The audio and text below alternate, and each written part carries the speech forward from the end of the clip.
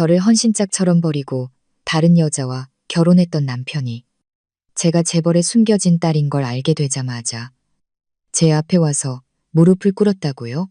이야기가 시작되기 전에 이 채널이 더욱 발전하고 더 흥미로운 이야기를 선보일 수 있도록 좋아요와 구독을 잊지 마세요. 박서연의 인생은 평범함 속에서 안정을 찾아가고 있었다. 그녀는 아침이 되면 남편 김민준의 넥타이를 매주고 정성껏 아침 식사를 준비하는 것으로 하루를 시작했다. 대기업의 평범한 사무직원이었지만 그녀는 자신의 처지에 만족했다. 화려함이나 부를 쫓기보다 소박하지만 따뜻한 가정을 꾸리는 것이 그녀의 가장 큰 행복이었다. 그녀의 옷차림은 언제나 수수했고 화장은 거의 하지 않았으며 머리는 단정하게 하나로 묶고 다녔다.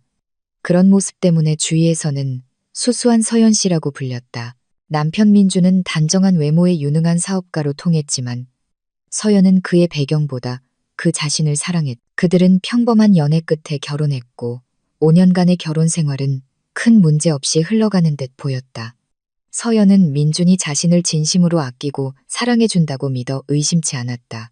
어느 날 저녁 평소처럼 민준이 일을 마치고 돌아왔을 때의 일이었다. 식탁에는 서연이 몇 시간 동안 정성껏 준비한 민준이 가장 좋아하는 갈비찜과 시금치나물 그리고 따뜻한 된장찌개가 차려져 있었다. 집안 가득 고소한 음식 냄새가 퍼지고 부드러운 조명 아래 두 사람의 그림자가 길게 늘어져 있었다. 그러나 민준의 얼굴에는 평소와 다른 어둡고 심각한 표정이 떠올라 있었다. 그는 식탁에 앉자마자 깊은 한숨을 내쉬며 젓가락을 들 생각도 하지 않았다. 서연은 그의 안색을 살피며 걱정스럽게 물었다. 여보, 무슨 일 있어요? 회사에서 안 좋은 일이라도 있었어요? 민주는 고개를 저으며 굳게 닫고 있던 입을 열었다. 그의 목소리는 차분했지만 그 안에는 서연이 한 번도 들어본 적 없는 차가움이 묻어 있었다. 서연아, 우리 이제 그만하는 게 어때? 서연의 심장이 쿵하고 떨어지는 소리가 들리는 듯했다. 그녀의 눈동자가 흔들렸고 손에 들고 있던 국자마저 바닥에 떨어뜨릴 뻔했다. 그게 무슨 말이에요, 여보? 그녀는 필사적으로 냉정을 유지하려 했지만 목소리는 이미 가늘게 떨리고 있었다. 민주는 시선을 피한 채 차가운 현실을 입에 담았다. 나 최유나 씨랑 결혼할 거야. 그 한마디는 서연의 세계가 산산조각 나는 소리였다. 최유나, 그 이름을 서연은 알고 있었다. 민준의 회사가 최근 계약을 맺은 유력한 투자사의 대표의 딸이자 화려한 외모와 뛰어난 재능으로 언론에 오르내리는 인물이었다. 서연은 이미 몇 번인가 민준의 휴대폰 배경화면이나 SNS에서 그녀의 사진을 본 적이 있었다. 그때마다 민준은 그저 업무상 만났을 뿐이라고 가볍게 넘겼지만 서연의 직감은 무언가 이상하다고 경고하고 있었다. 그러나 그녀는 민준에 대한 믿음으로 그 모든 의심을 필사적으로 외면해왔던 것이다. 언제부터예요? 왜 이제 와서 말하는 거예요? 서연의 목소리는 희미하게 갈라져 있었다. 민주는 여전히 미동도 하지 않았다. 꽤 오래됐어. 솔직히 말해서 너랑 있어봤자 미래가 안 보여. 유나 씨는 내가 사업을 확장하는데 필요한 모든 걸 가졌어. 외모, 재력, 능력. 너랑은 비교가 안 돼. 그의 말 한마디가 비수가 되어 서연의 심장을 찔렀다. 그녀의 소박한 행복은 그에게 그저 장애물에 불과했던 것일까. 서연은 숨을 삼켰다. 눈물이 쏟아질 것 같았지만 그녀는 필사적으로 참아냈다. 그녀의 얼굴은 창백했지만 그 안에 이상한 결의가 엿보였다. 그래서 이혼해달라는 거군요. 민주는 고개를 끄덕였다. 깨끗하게 정리하고 싶어. 그의 표정에는 미안함이나 죄책감보다 오히려 후련한 듯한 단호한 태도가 엿보였다. 서연은 그 모습에 또 한 번 상처받았다. 그녀가 모든 것을 바쳐 사랑한 남자가 이렇게 무정하고 냉혹하게 변해버릴 수 있다니 믿을 수가 없었다. 다음 날 서연은 민준과 함께 그의 부모님 댁을 찾았다. 평소에도 서연을 탐탁지 않게 여기던 시어머니였다. 서연이 명문대 출신도 아니고 집안도 좋지 않다는 이유로 결혼 초부터 무시하곤 했다. 민준의 이혼 통보를 들은 시어머니는 오히려 잘 됐다며 기뻐했다. 서연아, 나는 진작부터 네가 우리 민준이한테는 어울리지 않는다고 생각했어. 네가 뭘 할 수 있겠니? 내일이란 게 고작 하찮은 사무직이잖아. 민준이가 최윤아 씨랑 결혼하면 훨씬 더 출세할 텐데 네가 발목을 잡아서야 되겠니? 시어머니의 가시 돋친 말은 서연의 마음을 갈기갈기 찢어놓는 듯했다. 그녀는 고개를 숙이고 아무 말도 하지 않았다. 민주는 그런 서연을 보며 엄마, 그만해요라고 말했지만 그 목소리에는 아무런 힘도 실려있지 않았다. 최윤아는 이미 이 집의 새로운 안주인인 것처럼 당당하게 민준의 옆에 서 있었다. 그녀는 화려한 명품 옷을 입고 값비싼 보석으로 치장하고 있었다. 그 미소는 승리자의 그것이었다. 유나는 서연을 위아래로 훑어보며 비웃는 듯한 미소를 지었다. 어머님, 서연 씨가 순순히 이혼해 주신다니 정말 다행이네요. 괜히 이야기가 복잡해질까봐 걱정했거든요. 어머님이라니 그녀는 서연을 마치 아무것도 아닌 사람처럼 취급했다. 서연은 그들의 오만함에 속으로 분노를 느꼈지만 겉으로는 전혀 내색하지 않았다. 서연은 조용히 말했다. 알겠습니다. 이혼하겠습니다. 그녀의 목소리는 너무나 차분해서 민준과 시어머니는 오히려 당황하는 듯했다. 그들은 서연이 눈물이라도 흘리며 매달릴 것이라고 생각했던 모양이다. 그러나 서연은 그러지 않았다. 그녀는 한마디도 그들을 비난하거나 자신의 입장을 변명하지 않았다. 그저 모든 것을 체념한 듯 받아들였다. 시어머니는 서연의 태도에 더욱 의기양양해져 말했다. 그래, 그게 네가 할 수 있는 최선이야. 쓸데없는 미련은 갖지 말도록 해. 서연은 민준과 시선을 마주했다. 그의 눈빛에는 여전히 미안함보다는 무관심이 짙게 배어 있었다. 그녀는 그에게 더 이상 아무것도 기대할 수 없다는 것을 깨달았다. 지난 5년간의 사랑과 헌신이 한순간에 허무한 것이 되어버린 순간이었다. 그녀는 천천히 얼굴을 유나 쪽으로 돌렸다. 유나는 여전히 승리감에 도취된 표정으로 서연을 내려다보고 있었다. 서연은 그들을 향해 마지막으로 짧은 인사를 건넸다. 그동안 신세 많았습니다. 그리고 등을 돌려 민준의 집을 나섰다. 차가운 밤 공기가 서연의 얼굴을 스쳤다. 그녀는 아무 말 없이 정처 없이 걸었다. 눈물이 흐를 것 같았지만 꾹 참았다. 지금의 그녀에게는 눈물을 흘릴 여유조차 없었다. 이대로 주저앉을 수는 없다. 그녀의 마음 깊은 곳에서 정체 모를 불꽃이 타오르기 시작했다. 굴욕, 배신, 그리고 아마도 복수심. 그녀는 지금까지 숨겨왔던 자신의 또 다른 측면을 깨울 때가 왔다고 직감했다. 그들이 얼마나 큰 실수를 저질렀는지 깨닫게 해줄 날이 반드시 올 것이라고. 서연은 조용히 자신의 인생을 정리하기 시작했다. 민준과의 추억이 담긴 물건들을 담담하게 상자에 담았다. 결혼 사진을 보고 한순간 흔들렸지만 이내 마음을 다잡았다. 그녀는 자신이 아닌 다른 사람이 되기로 결심했다. 더 이상 수수하고 약한 박서연은 존재하지 않는다. 그녀는 민준이 결코 상상도 할 수 없는 모습으로 그리고 아무도 예측할 수 없는 방법으로 돌아올 것을 예고하듯 차가운 미소를 지었다. 이혼 서류에 서명하는 순간에도 그녀의 얼굴에는 아무런 동요도 보이지 않았다. 마치 자신의 이름 석자를 지워버리고 새로운 이름을 쓰는 것처럼 담담했다. 그녀는 그들에게 자신이 얼마나 큰 존재였는지 그리고 얼마나 큰 실수를 저질렀는지를 뼈저리게 느끼게 해주겠다고 맹세했다. 이것은 모두 시작에 불과했다. 이혼 후 박서연은 낡은 연립주택의 작은 단칸방으로 이사했다. 창밖으로는 빽빽한 빌딩 숲이 보였지만 그녀의 방은 마치 세상과 단절된 것처럼 조용했다. 민준과 함께 살았던 넓고 화려한 고급 아파트와는 비교도 할 수 없는 곳이었지만 서연은 오히려 이 작은 공간에서 말할 수 없는 해방감을 느꼈다. 그녀는 짐을 정리하며 지난 5년간의 결혼 생활이 남긴 흔적들을 하나씩 지워나갔다. 그의 흔적이 남은 물건을 버리고 함께 찍은 사진을 데이터에서 삭제했다. 그녀는 더 이상 과거에 얽매이지 않겠다고 맹세했다. 텅 빈 방은 그녀의 마음과 같았다. 모든 것을 비우고 새로운 무언가로 채울 준비가 되어 있었다.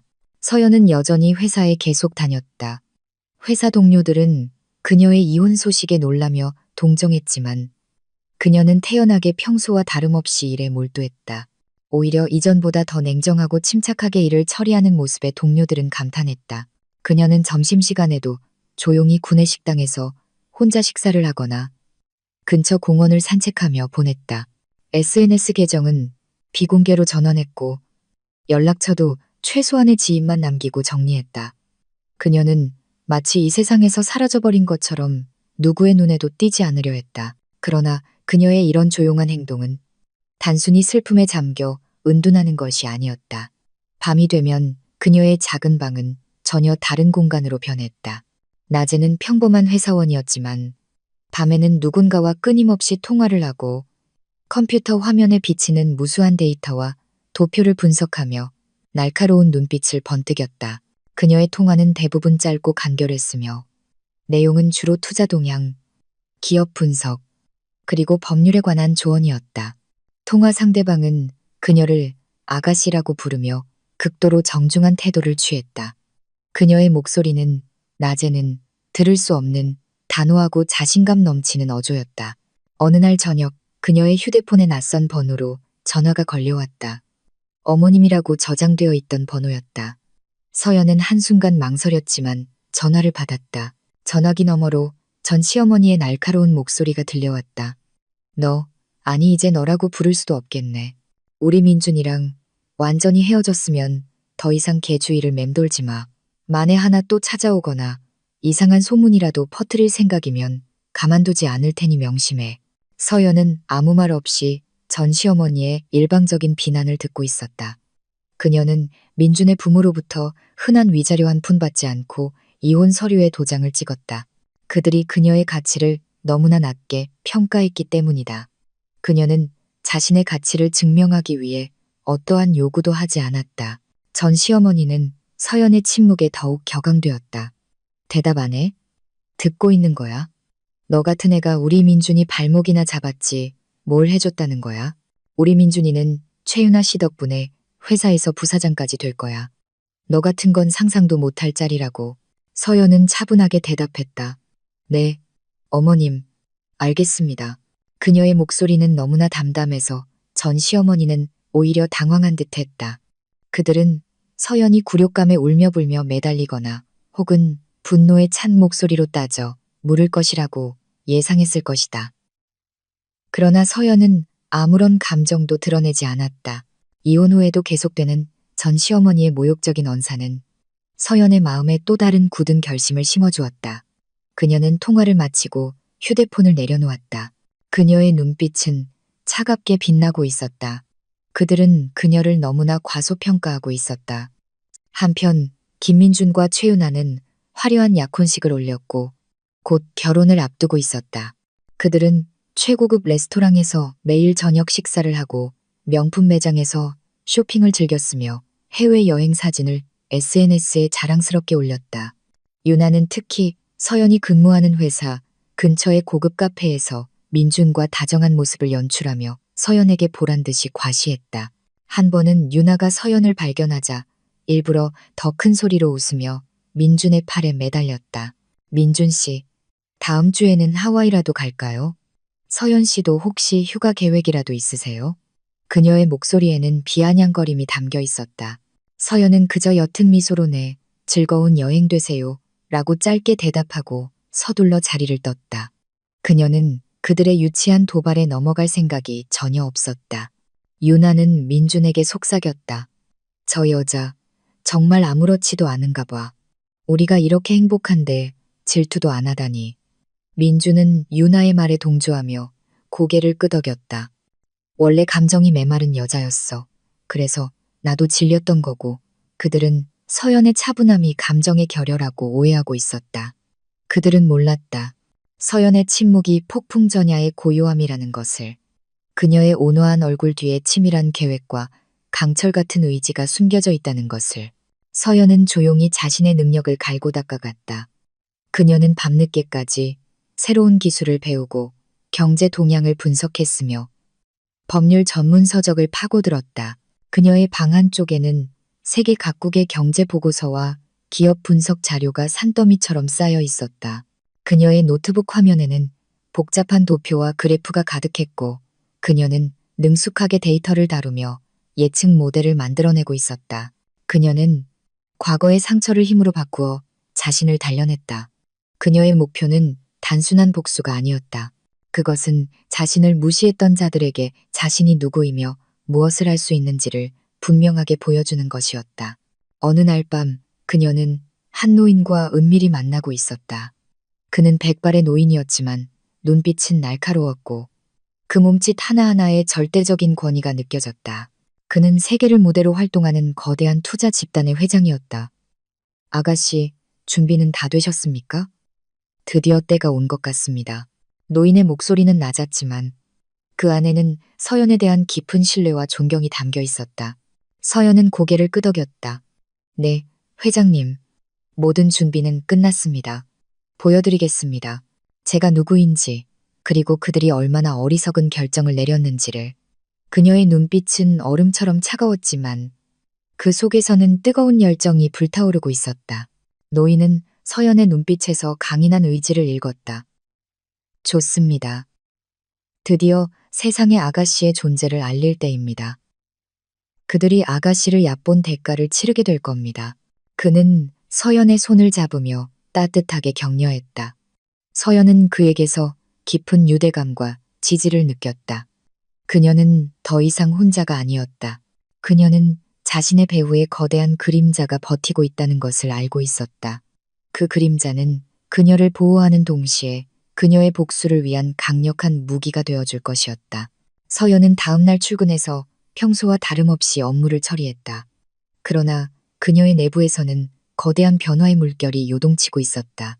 그녀는 마지막으로 평범한 회사원으로서의 생활을 즐기고 있는 듯했다. 점심시간에는 회사 근처 공원을 찾아 벤치에 앉아 하늘을 올려다보았다. 따뜻한 햇살이 그녀의 얼굴을 비추었다. 그녀는 눈을 감고 깊이 숨을 들이마셨다. 과거의 아픔은 더 이상 그녀를 짓누르지 못했다. 이제 그녀는 새로운 시작을 준비하고 있었다. 세상이 그녀 앞에 무릎 꿇을 날이 그리 멀지 않았음을 그녀는 직감하고 있었다. 김민준과 최윤아의 결혼은 언론의 뜨거운 주목을 받았다. 대기업의 딸과 유망한 사업가의 만남은 세간의 이목을 끌기에 충분했다. 그들은 호화로운 결혼식을 올렸고 SNS에는 연일 최고급 호텔의 스위트룸, 명품 커플 아이템, 그리고 이국적인 휴양지에서의 신혼여행 사진이 넘쳐났다.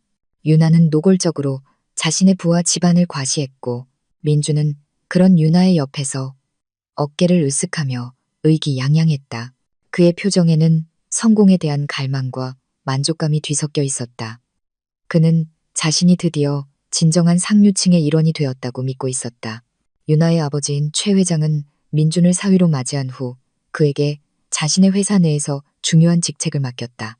민준은 유나의 인맥을 이용해 몇몇 대형 프로젝트를 성공시켰고 그의 사업은 날개를 단 듯 순풍에 돛단 배처럼 순조로워 보였다. 언론은 그를 젊고 유능한 경영자로 칭송했고 민주는 자신의 능력을 과신하며 점점 더 오만해져 갔다. 그는 서연과의 결혼 생활이 마치 자신의 발목을 잡는 족쇄였던 것처럼 생각했다. 이제야 비로소 진정한 자신을 찾았다고 착각하고 있었다. 그러나 그 화려함의 이면에는 그림자가 드리워져 있었다. 최윤아가 추진하는 프로젝트는 표면적으로는 화려했지만 그 내면을 들여다보면 위험한 요소가 도처에 잠재 있었다. 유나는 투명한 절차보다 아버지의 위세를 등에 업고 무리한 계약을 밀어붙였고 비윤리적인 방법으로 이익을 얻으려는 경향이 있었다. 민주는 처음에는 유나의 방식에 의문을 품었지만 달콤한 성공의 유혹에 점차 눈을 감게 되었다. 그는 유나의 지시대로 움직였고 옳지 않다는 것을 알면서도 침묵했다. 그의 내면 깊은 곳에서는 정체 모를 불안감이 싹트기 시작했지만 그는 그것을 필사적으로 외면했다. 한편 박서연은 여전히 평범한 사무직원을 가장하고 그녀는 최근 대형 정보기술 기업의 신사업 개발팀으로 이동했지만 이곳에서도 그녀는 존재감 없는 듯 조용히 자신의 역할을 수행하고 있었다. 동료들은 그녀가 똑똑하고 일처리가 꼼꼼하다고 평가했지만 아무도 그녀가 가진 진짜 능력을 알아채지는 못했다. 그녀는 낮에는 평범한 업무를 처리하며 주위의 시선을 피했고, 밤에는 상상을 초월하는 비밀 임무를 수행하고 있었다. 그녀의 작은 방에는 최신 장비들이 갖춰져 있었고, 벽 한쪽에는 거대한 화면에 복잡한 데이터가 실시간으로 흘러나오고 있었다. 그녀는 최유나와 김민준의 모든 사업 활동을 추적하고 있었다. 그들의 계좌 내역, 프로젝트 계약서, 심지어 개인적인 대화까지도 그녀의 손아귀에 있었다. 그녀는 해킹 전문가, 회계사, 그리고 변호사로 구성된 비밀팀과 긴밀하게 협력하며 정보를 수집하고 분석했다. 그들의 모든 부정이 꼼꼼하게 기록되었고 완벽한 증거로 가공되고 있었다. 민준의 회사를 퇴사한 몇몇 직원들이 서연에게 은밀히 연락해왔다. 그들은 민준과 유나의 부당한 지시에 반발하여 회사를 떠난 양심적인 사람들이었다. 그들은 서연에게 최 회장 일가의 비리와 민준이 가담한 부정행위에 관한 중요한 정보를 제공했다. 서연 씨, 우리는 더 이상 그들의 만행을 잠자코 보고만 있을 수가 없습니다. 민준 씨가 유나 씨의 뒷배를 믿고 얼마나 많은 부정을 저질렀는지 우리는 몸소 겪었습니다. 한 직원의 목소리에는 분노와 함께 말 못할 두려움이 섞여 있었다. 서연은 그들의 이야기를 경청하며 필요한 모든 정보를 꼼꼼하게 기록했다. 그녀는 그들에게 어떠한 감정적인 동요도 보이지 않았다. 그녀의 표정은 차분하고 냉정했지만 그 눈빛은 불타오르듯 뜨거웠다. 어느 날 민주는 기묘한 느낌에 휩싸이기 시작했다. 자신이 추진하는 프로젝트마다 사소한 문제들이 발생하기 시작한 것이다. 서류상의 오류, 예기치 못한 법적인 문제, 그리고 투자자들의 갑작스러운 변심 등 처음에는 단순한 우연이라고 생각했지만 이런 일들이 반복되면서 민주는 불안감을 느끼기 시작했다. 그는 유나에게 이 사실을 알렸지만 유나는 대수롭지 않게 여겼다. 별것도 아닌 일 가지고 호들갑 떨지 마. 내가 뒤에 있는데 무슨 문제가 있겠어? 유나는 최 회장의 이름을 내세워 민준을 안심시키려 했다. 그러나 민준의 불안은 가시지 않았다. 그는 문득 서연을 떠올렸다. 그녀는 평범했지만 어떤 문제든 꼼꼼하고 완벽하게 처리하는 능력을 가지고 있었다. 민준은 서연과 결혼했을 때 항상 그녀에게 모든 서류 작업을 맡겼었고 그녀는 단 한 번도 실수를 저지른 적이 없었다. 그녀는 언제나 그에게 안정감을 주었지만 민주는 그때는 그 가치를 알지 못했다. 이제 와서야 그녀의 부재가 절실히 느껴지고 있었다. 유나의 사업은 겉보기에는 화려했지만 내부에서는 이미 부패가 진행되고 있었다. 그녀의 무모한 투자와 불법적인 계약은 결국 거대한 부채가 되어 돌아왔다. 그러나 유나는 자신의 실수를 인정하지 않았다. 그녀는 아버지의 권력을 믿고 모든 위기를 극복할 수 있다고 착각하고 있었다. 그녀는 점차 초조해졌고 민준에게 더욱 고압적으로 행동하기 시작했다. 당신, 도대체 일 처리를 어떻게 하는 거야? 내가 아버지께 말씀드려서 당신 자리 바꿔버릴 수도 있어. 유나의 히스테릭한 태도에 민주는 점차 지쳐갔다. 그는 예전에 다정하고 순종적이었던 서연이 그리워지기 시작했다. 서연은 이 모든 상황을 멀리서 지켜보고 있었다. 그녀는 마치 체스판 위의 말을 움직이는 전략가처럼 민준과 유나가 스스로 파멸의 길로 걸어가도록 유도했다. 그녀는 그들이 무너지도록 직접 개입하지는 않았다. 대신 그들의 약점과 실수를 찔러 외부의 압력이 그들을 덮치도록 만들었다. 그녀의 계획은 완벽했고 그녀의 손에 쥐어진 정보는 이윽고 거대한 폭풍이 되어 그들을 덮칠 준비를 마쳤다. 어느 날 저녁, 서연은 퇴근 후 작은 카페에 앉아 따뜻한 커피를 마시고 있었다. 그녀의 표정은 평온했지만 그 눈빛에는 굳은 의지가 엿보였다. 그녀의 휴대폰이 울렸다. 회장님에게서 온 전화였다. 아가씨, 드디어 때가 온 것 같습니다. 모든 증거는 완벽하게 갖춰졌습니다. 세상이 아가씨의 존재를 알게 될 겁니다. 회장님의 목소리에는 자신감이 넘쳐 흘렀다. 서연은 컵을 내려놓고 창밖을 바라보았다. 도시의 불빛이 화려하게 빛나고 있었다. 그녀는 깊이 숨을 들이마셨다. 더 이상 숨을 필요는 없다. 그녀가 그들을 향해 던질 폭탄의 스위치를 누를 순간이 다가오고 있었다. 그녀는 그들에게서 모든 것을 빼앗을 준비가 되어 있었다. 박서연의 인생은 언제나 그림자 속에 가려져 있었다. 그녀는 자신을 세간의 시선으로부터 보호하고 그 진짜 정체를 철저히 숨겨왔다. 그러나 모든 은밀한 준비는 이제 막을 내렸다. 그녀는 드디어 자신의 존재를 세상에 알릴 때가 왔다고 직감했다. 그날은 한국 경제계의 이목이 집중되는 대규모 투자자 설명회가 열리는 날이었다. 서울의 최고급 호텔 대연회장은 수많은 기업가와 투자자 그리고 보도진으로 발디딜 틈이 없었다. 김민준과 최윤아 부부도 그 자리에 있었다.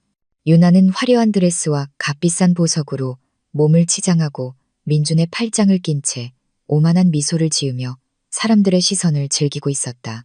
민준은 그런 윤아의 옆에서 어깨를 으쓱하며 성공한 사업가인 척하고 있었다. 그들은 자신들이 이 행사의 주인공인 것처럼 거만하게 굴었다. 설명회의 분위기가 최고조에 달했을 때 사회자가 다음 연사를 소개했다. 다음으로는 오늘 설명회의 핵심을 책임지실 매우 중요한 분을 모셨습니다. 전 세계 금융시장을 뒤흔드는 베일에 쌓인 투자 집단 블랙스톤 인베스트먼트의 새로운 아시아 총괄 대표님이십니다. 여러분, 성대한 박수로 맞아주십시오. 장내는 순간의 정적에 휩싸인 후 이윽고 우레와 같은 박수 소리가 터져나왔다. 모든 시선이 무대 위로 쏠렸다. 그리고 그곳에 박서연이 나타났다. 그녀의 등장에 장내는 술렁였다. 그녀는 감색의 고급스러운 정장을 입고 허리까지 내려오는 긴 머리를 단정하게 하나로 묶고 있었다. 얼굴에는 옅은 화장만 했을 뿐이었지만 그 눈빛은 예전에 수수하고 조용했던 박서연이 아니었다. 그녀의 눈에서는 강렬한 카리스마와 냉철한 지성이 뿜어져 나오고 있었다. 그녀의 발걸음은 흔들림 없이 당당했으며 그 시선은 마치 장내에 있는 모든 사람을 꿰뚫어 보는 듯했다. 그녀가 등장한 것만으로도 공간을 압도하는 존재감이 느껴졌다. 민준과 윤아는 믿을 수 없다는 듯 눈을 비볐다. 그들이 아는 박서연은 저런 모습이 아니었다. 그녀는 언제나 낡은 옷을 입고 다니던 평범한 여자였다. 그러나 무대 위에 선 여성은 완벽하게 변모하여 세계의 정점에 선 듯한 모습이었다. 윤아의 얼굴은 충격으로 새하얗게 질렸고 민준의 입은 망연자실하게 벌어져 있었다. 서연이라고? 말도 안 돼. 민준은 중얼거렸다. 그의 목소리에는 경악과 함께 정체 모를 두려움이 섞여 있었다. 서연은 무대 중앙으로 걸어가 마이크를 잡았다. 그녀의 목소리는 낮고 차분했지만 그 안에는 듣는 이의 마음을 뒤흔드는 힘이 있었다. 그녀는 유창한 외국어로 연설을 시작했다. 그녀의 연설은 단순한 투자 전략 설명이 아니었다. 그것은 세계 경제의 흐름을 통찰하고 미래를 예측하는 비전을 제시하는 것이었다. 그녀는 복잡한 경제 지표를 손쉽게 분석하고 것이 경제의 동향을 읽어내는 능력을 유감없이 발휘했다. 그녀의 말솜씨는 막힘이 없었고 그 제안은 논리적이고 설득력이 넘쳤다. 장내에 있던 모든 기업가들은 그녀의 연설에 숨을 죽이고 귀를 기울였다. 연설이 끝나자 장내는 다시 폭발적인 박수갈채에 휩싸였다. 사람들은 그녀의 이름 박서연을 외쳤다. 그때서야 비로소 모든 보도진의 카메라 플래시가 터지고 그녀의 이름이 실시간 검색어 상위를 차지하기 시작했다. 그제야 민준과 윤아는 그녀의 진짜 정체를 어렴풋이 짐작할 수 있었다. 블랙스톤 인베스트먼트는 전 세계 금융시장을 좌지우지하는 거대한 투자 집단이며 그 실체는 극도로 베일에 쌓여 있었다. 그런 집단의 아시아 총괄 대표라는 것은 그야말로 상상조차 할 수 없는 자리였다. 설명회가 끝나고 교류의 시간이 시작되었다. 수많은 기업가들이 박서연에게 다가가 명함을 건네며 악수를 청했다. 그녀는 능숙하게 그들에게 응대하며 짧고 간결한 대화를 이어갔다. 그녀의 표정은 시종일관 차분했으며 어떤 인물 앞에서도 기죽거나 들뜨는 법이 없었다. 그녀는 마치 이 모든 것이 일상인 것처럼 자연스러운 모습이었다. 민주는 어찌할 바를 모르고 윤아의 옆에서 안절부절 못했다. 윤아 또한 얼굴을 가리듯하며 서연에게서 시선을 떼지 못했다. 그들은 자신들이 저지른 실수가 얼마나 큰 것이었는지를 이제야 깨닫기 시작했다. 박서연을 무시하고 버린 대가가 이렇게까지 비참한 것이 될 줄은 꿈에도 몰랐다. 윤아는 필사적으로 냉정을 가장하며 민준의 손을 이끌고 서연에게 다가갔다. 서연 씨, 아니, 박 대표님, 오랜만이에요. 이런 곳에서 뵙게 될 줄은 몰랐네요. 유나의 목소리는 평소의 오만함 대신 어색함과 긴장이 배어 있었다. 서연은 유나와 민준 쪽으로 얼굴을 돌렸다. 그녀의 시선은 차가웠고 그들의 얼굴을 그저 스쳐 지나가는 듯했다. 그녀의 눈에는 어떠한 감정도 담겨 있지 않았다. 마치 그들이 투명 인간인 것처럼 무관심한 시선이었다. 네, 오랜만이네요. 그녀는 짧게 대답하고는 다시 얼굴을 돌려 옆에 있던 다른 기업가와의 대화를 이어갔다. 그녀는 그들에게 한치의 관심도 보이지 않았다. 민주는 서연의 차가운 태도에 더욱 비참함을 느꼈다. 그는 더 이상 그녀에게 아무것도 아닌 존재가 되어버린 것이다. 아니, 애초부터 그녀에게 중요한 존재가 아니었을지도 모른다. 그는 과거의 서연이 자신에게 보였던 순종적인 태도와 조용한 미소를 떠올렸다. 그 모든 것이 그녀의 진짜 모습을 감추기 위한 가면이었다는 것을 이제야 깨달았다. 그는 그녀를 평범하고 보잘것없는 여자라고 단정했던 자신의 오만함이 얼마나 어리석었는지를 뼈저리게 후회했다. 그날 밤 박서연의 이름은 모든 언론의 헤드라인을 장식했다. 베일에 쌓인 블랙스톤 인베스트먼트의 아시아 총괄 대표 박서연은 누구인가? 혜성처럼 나타난 새로운 별. 그러나 그 배경은 쟁쟁한 기업들을 좌지우지할 거물의 등장.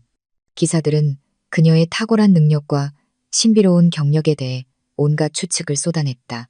그리고 얼마 지나지 않아 그녀가 국내 굴지의 대기업 진성그룹에 숨겨진 장녀라는 사실이 밝혀졌다.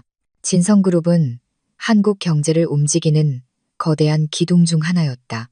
이 뉴스는 다시 한번 한국을 뒤흔들었다. 진성그룹은 오랫동안 후계자 싸움을 외부에 공개하지 않았고 특히 장녀의 존재는 철저히 비밀에 붙여져 왔다. 박서연이 진성그룹의 장녀라는 사실이 밝혀지자 모든 언론은 그녀의 과거 경력을 파헤치기 시작했다. 그녀가 평범한 회사원 생활을 해왔다는 사실이 알려지자 사람들은 더욱 경악했다. 그녀는 재벌의 딸이라는 신분을 숨기고 밑바닥부터 착실히 실력을 쌓아온 것이다. 그녀의 겸손함과 실력, 그리고 숨겨진 배경은 그녀를 더욱 신비롭고 강력한 존재로 만들었다. 민준과 유나는 완전히 넋이 나갔다. 유나는 최 회장에게 전화를 걸어 아버지, 그 여자, 박서연이 진성그룹 딸이었대요. 우리가 손댈 수 있는 상대가 아니었다고요. 라며 히스테릭하게 소리쳤다. 최 회장 또한 깊은 충격에 빠졌는지 아무 말도 하지 못했다. 진성그룹은 최 회장 일가의 기업과는 비교조차 되지 않는 거대한 존재였다. 그들은 이제 자신들이 누구에게 무모하게 대들려고 했는지를 깨달았다.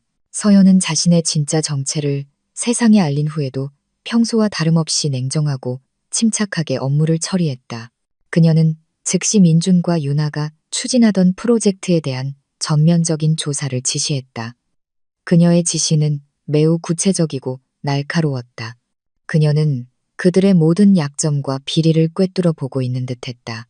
그녀의 손에 의해 시작된 조사는 순식간에 민준과 유나의 사업 기반을 뒤흔들기 시작했다.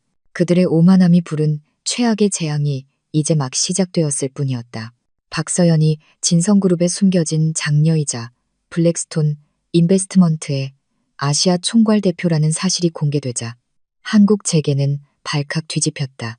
그녀의 등장은 마치 거대한 폭풍처럼 모든 것을 뒤흔들었다. 김민준과 최유나 그리고 그들을 둘러싼 최 회장 일가는 공포에 떨었다. 자신들의 권력과 부를 과시하며 짓밟았던 여성이 실은 그들이 감히 쳐다볼 수도 없는 거대한 존재였던 것이다. 유나는 매일 밤 악몽에 시달렸고 민주는 불안감에 잠 못 이루는 날이 늘어갔다. 그들의 화려했던 결혼 생활은 한순간에 지옥으로 변해버렸다. 서연은 개인적인 복수를 넘어 공정하고 투명한 방법으로 그들을 심판하기 시작했다. 그녀는 최유나가 추진하던 모든 프로젝트에 대해 전면적인 내부 감사를 지시했다. 그녀의 지시를 받은 블랙스톤 인베스트먼트의 전문 감사팀은 신속하고 철저하게 유나의 사업을 조사하기 시작했다. 그들은 유나가 최 회장의 권력을 등에 업고 저지른 수많은 불법 계약, 부정한 자금 유용, 그리고 비윤리적인 투자 행위를 하나도 남김없이 밝혀냈다. 서연은 감사의 진행 상황을 실시간으로 보고받으며 아주 작은 허점도 놓치지 않았다. 그녀의 눈빛은 칼날처럼 날카로웠고 어떠한 감정에도 흔들리지 않았다. 민주는 이 모든 상황이 자신 때문이라고 생각하며 안절부절 못했다. 그는 유나에게 유나 씨, 제발 솔직하게 말해줘. 우리 무슨 짓을 한 거야? 서연이가 도대체 왜 이러는 건데? 라고 따져 물었다. 유나는 히스테릭하게 소리쳤다. 몰라, 나도 모른다고. 그 여자가 미친 게 틀림없어. 우리가 뭘 했다고. 우리가 성공하니까 질투해서 저러는 거야. 유나는 자신의 잘못을 인정하려 하지 않았다. 그녀의 오만함과 현실 도피는 상황을 더욱 악화시킬 뿐이었다. 서연은 언론을 이용하는 방법도 능수능란했다. 그녀는 직접적으로 유나나 민준의 이름을 거론하지는 않았다. 대신 그녀는 투명하고 윤리적인 경영의 중요성을 강조하고 불법적인 부의 축적에 대한 경고의 메시지를 던졌다. 그녀의 발언은 은밀하게 유나와 민준의 상황을 가리키고 있었고 언론은 그녀의 메시지를 즉각 해석하여 보도하기 시작했다. 최 회장 일가의 불법적인 사업 형태가 서서히 수면 위로 드러나기 시작했다. 대중은 서연의 날카로운 지적에 환호를 보냈고 그녀를 정의로운 재벌이라고 칭송했다. 최 회장은 위기감을 느끼고 서연에게 직접 연락을 시도했다. 그는 서연의 아버지, 즉 진성그룹의 회장에게도 전화를 걸어 사태를 수습하려 했다. 그러나 진성그룹 회장은 냉정하게 선을 그었다. 최 회장, 우리 서연이는 자신이 옳다고 믿는 일을 하는 아이입니다. 나는 그 아이의 결정을 존중합니다. 사적인 감정으로 사업에 개입하지 마시기 바랍니다. 진성그룹 회장의 단호한 태도에 최 회장은 절망했다. 그들은 이제 완전히 고립무원의 상태였다. 유나는 서연을 직접 찾아와 무릎을 꿇고 애원하기까지 했다. 그녀는 서연의 회사 로비에서 기다리다가 서연이 나타나자마자 그녀의 발치에 엎드렸다. 박 대표님, 제발 저희를 살려주세요. 제가 잘못했어요. 제가 한때 오만했습니다. 제발 이 일을 멈춰주세요. 유나의 눈에서는 진심인지 아닌지 모를 눈물이 흘러내렸다. 서연은 유나를 내려다보며 아무런 표정 변화도 보이지 않았다. 그녀의 눈빛은 얼음처럼 차가웠다. 최유나 씨, 저는 개인적인 감정으로 이 일을 진행하는 것이 아닙니다. 모든 것은 법과 원칙에 따라 처리될 것입니다. 당신의 행동은 법의 심판을 받아야 합니다. 서연의 목소리에는 단호한 의지만이 가득했다. 그녀는 유나의 애원을 단칼에 거절하고 경비원에게 유나를 밖으로 내보내도록 지시했다. 유나는 절규하며 서연의 이름을 불렀지만 서연은 돌아보지도 않고 자신의 집무실로 향했다. 민주는 서연에게 수없이 많은 메시지를 보내고 전화를 걸었다. 서연아, 제발 나를 용서해줘. 내가 잘못했어. 너의 소중함을 그때는 몰랐어. 유나 씨는 나한테 아무것도 아니야. 제발 돌아와줘. 우리 다시 시작할 수 있잖아. 그의 메시지에는 애원과 후회가 뒤섞여 있었다. 그는 자신이 얼마나 어리석었는지, 얼마나 귀한 보석을 걷어차 버렸는지를 뼈저리게 느끼고 있었다. 그러나 서연은 그의 모든 연락을 차단했다. 그녀의 마음은 이미 굳게 닫혀 있었다. 민주는 결국 서연의 집을 찾아갔다. 그녀가 예전에 살던 연립주택이 아닌 지금 그녀가 사는 최고급 펜트하우스였다. 그는 경비원의 제지를 뿌리치고 억지로 건물 안으로 들어가려 했다. 박 대표님을 만나야 합니다. 제발 한 번만 만나게 해주세요. 그의 목소리는 절박했지만 경비원들은 단호하게 그를 막아섰다. 결국 민주는 서연의 집 앞에서 경찰에 의해 제지당하고 쫓겨났다. 그의 비참한 모습은 지나가는 사람들의 조롱거리가 되었다. 법정 싸움이 시작되었다. 박서연 측은 최유나의 회사에 관한 모든 비리 증거를 제출했고 검찰은 유나와 최 회장 일가에 대한 대대적인 수사에 착수했다. 언론은 연일 이 사건을 보도했고 국민적인 관심이 집중되었다. 유나는 자신을 변호하기 위해 온갖 수단을 동원했지만 서연 측이 제시하는 증거는 너무나 완벽해서 어떠한 변명도 통하지 않았다. 유나의 변호사조차 혀를 내두를 정도였다. 민주는 유나에게 버림받았다. 유나는 민준을 배신자로 몰아붙이며 모든 책임을 그에게 떠넘기려 했다. 민준은 회사에서 해고당했고 모든 명예를 잃었다. 그의 가족 또한 언론의 비난을 받으며 사회적으로 매장당했다. 그들은 자신들이 한때 그토록 경멸했던 서연의 그림자 아래에서 고통받게 되었다. 서연은 모든 것을 계획대로 진행했다. 그녀의 전략은 복잡하고 치밀했으며 어떠한 변수도 허용하지 않았다. 그녀는 상대의 모든 약점을 꿰뚫어 보았고 그들이 어디로 도망치려 해도 그녀의 소나귀에서 벗어날 수는 없었다. 박서연이 던진 폭탄은 엄청난 파급 효과를 가져왔다. 그녀가 오랫동안 치밀하게 준비한 증거는 최유나와 최 회장 일가가 저지른 모든 불법 행위를 백일하에 드러냈다. 대기업의 비리 사건은 순식간에 한국을 뒤흔들었고 국민적인 분노가 들끓었다. 검찰은 서연 측이 제공한 완벽한 증거를 바탕으로 최 회장 일가에 대한 대대적인 압수수색과 수사를 진행했다. 최유나는 횡령, 배임, 사기 등의 혐의로 긴급 체포되었고 그녀의 아버지를 비롯한 일가족도 줄줄이 소환되어 조사를 받았다. 그들의 화려했던 제국은 한순간에 모래성처럼 무너져 내렸다.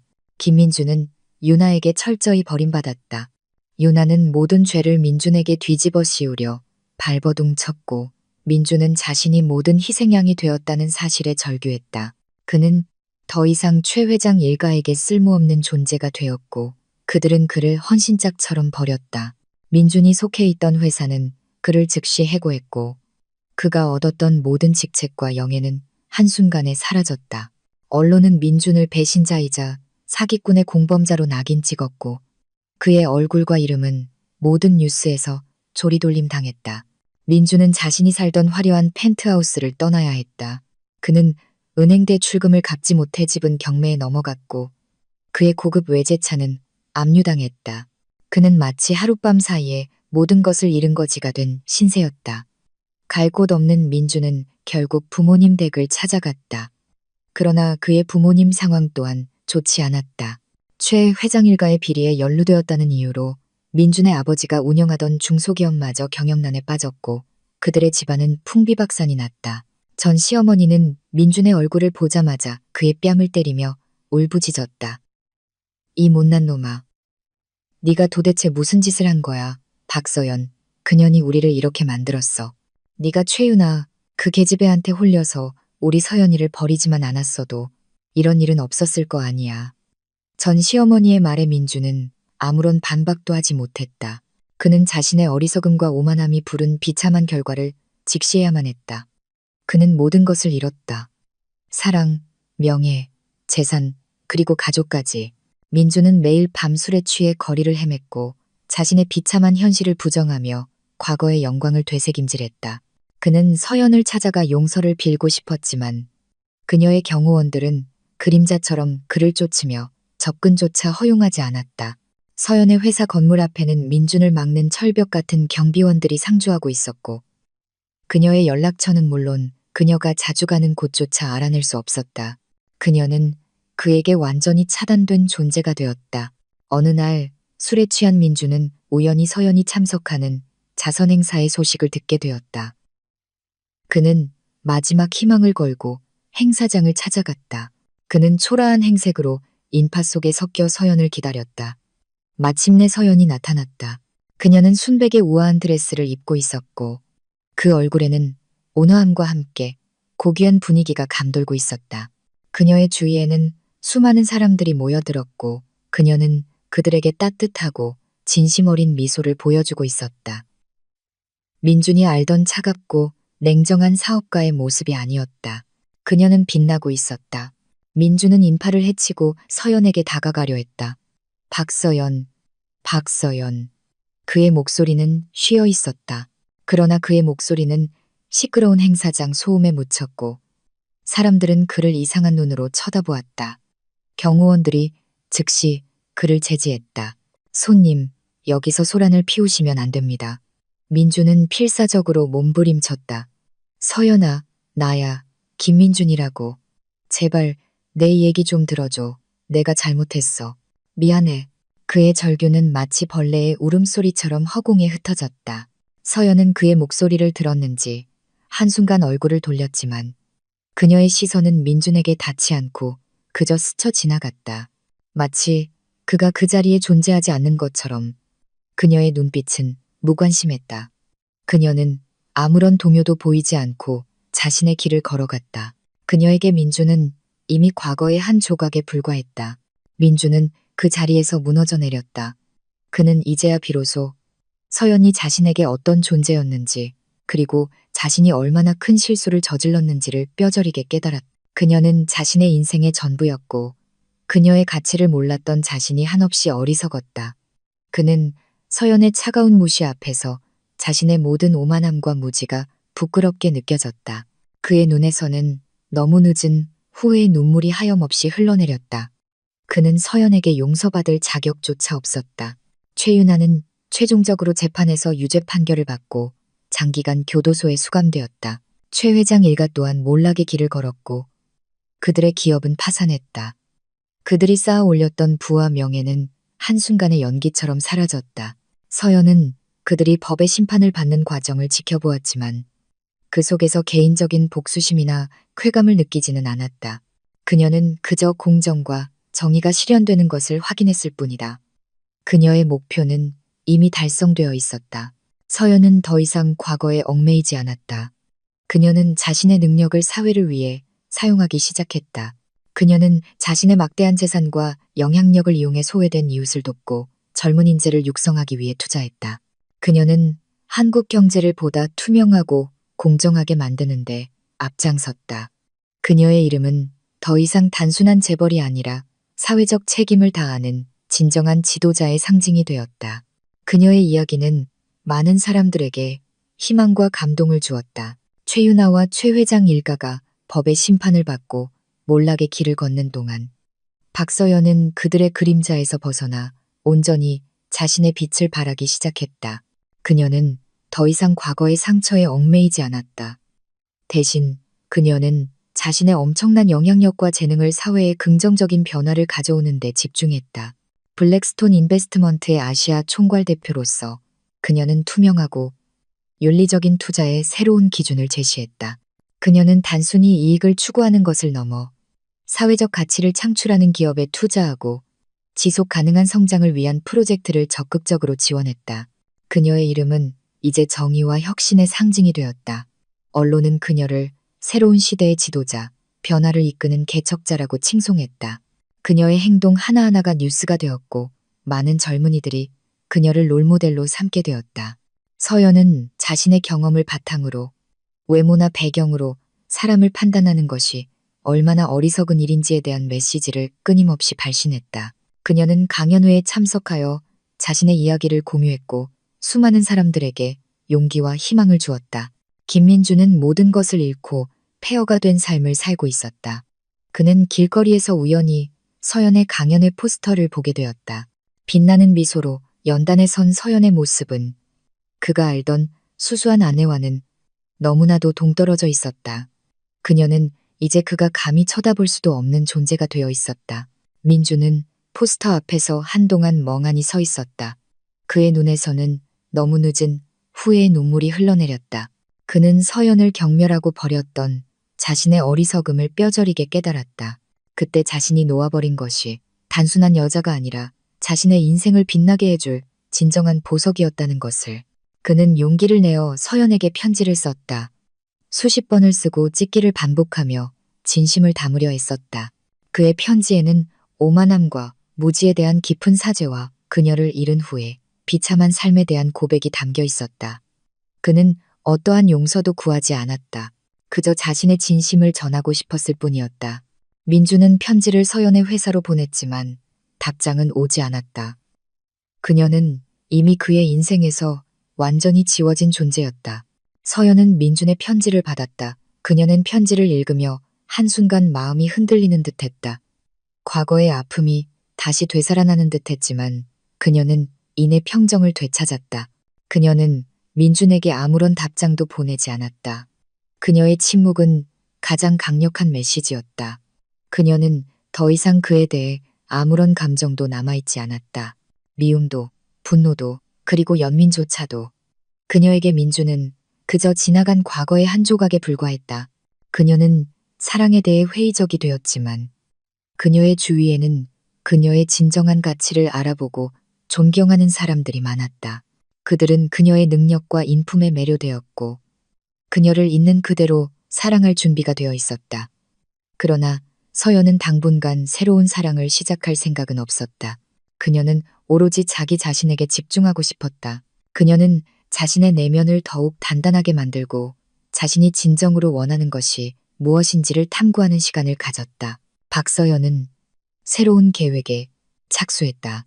그것은 어려운 환경의 아이들을 위한 교육 지원 재단을 설립하고 여성들의 사회 진출을 돕는 사업을 만드는 것이었다. 그녀는 자신의 부와 권력을 사회적 약자를 돕는 데 사용했다. 그녀의 행동에 많은 기업과 개인들이 동참했고 그녀의 영향력은 상상을 초월할 정도로 커져갔다.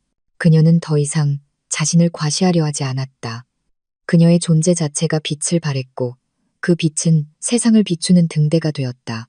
어느 날 저녁, 서연은 자신이 설립한 재단의 개소식에서 축사를 했다. 그녀는 단상에 서서 수많은 사람들을 둘러보았다. 그들의 얼굴에는 희망과 감사의 빛이 가득했다. 그녀의 시선은 멀리 창밖의 야경으로 향했다. 도시의 불빛이 반짝이는 밤하늘 아래에서 그녀는 처음으로 진정한 평화와 행복을 느꼈다. 그녀는 더 이상 누군가에게 의존하거나 누군가의 인정을 갈망하지 않았다. 그녀는 스스로의 힘으로 빛나는 존재가 되었다. 그녀는 자신의 인생을 돌아보았다. 한때는 버림받고 무시당했던 평범한 여성이었다. 그러나 그녀는 절망하지 않았다. 그녀는 고통 속에서 더 강해졌고 좌절 속에서 새로운 길을 찾았다. 그녀는 자신의 가치를 스스로 증명했고 세상의 편견을 깨부쉈다. 그녀는 이제 박서연 그 자체로서 완벽했다. 그녀의 이야기는 끝이 아니라 새로운 시작이었다. 그녀는 앞으로도 수많은 도전에 맞서며 세상을 바꾸는데 기여해 나갈 것이다. 그녀의 인생은 쓰라린 시작이었지만 결국에는 가장 아름답고 의미 있는 결실을 맺은 것이었다.